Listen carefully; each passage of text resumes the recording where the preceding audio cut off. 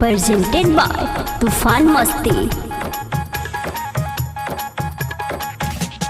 DJ Amit Tiwari अपहर।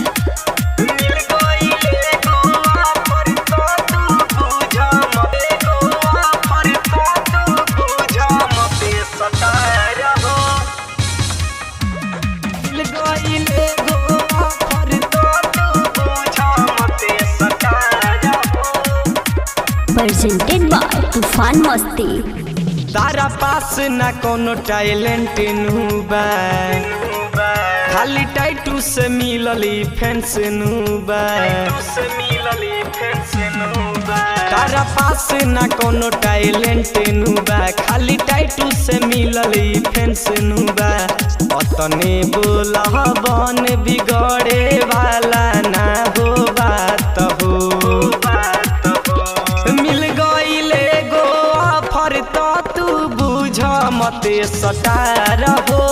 मिल गईले गो offer तो तू बुझ मते सटार हो। डीजे अमित तिवारी अपहर। मिल गईले गो ऑफर तो तू बुझ मते सटार हो।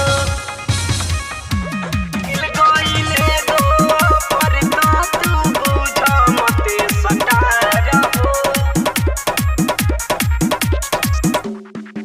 भोजपुरी के दूगो सेरेनुबा, पवन सिंह खेसारी के टरेंडेनुबा।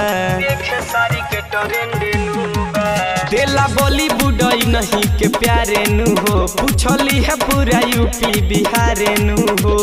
रहबू जतने सही ओतने मिली तारा काम हो।